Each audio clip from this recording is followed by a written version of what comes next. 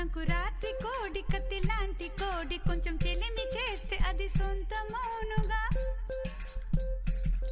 సంకురాత్రి కోడి కత్తి లాంటి కోడి కొంచెం చెలిమి చేస్తే అది సొంతమౌనుగా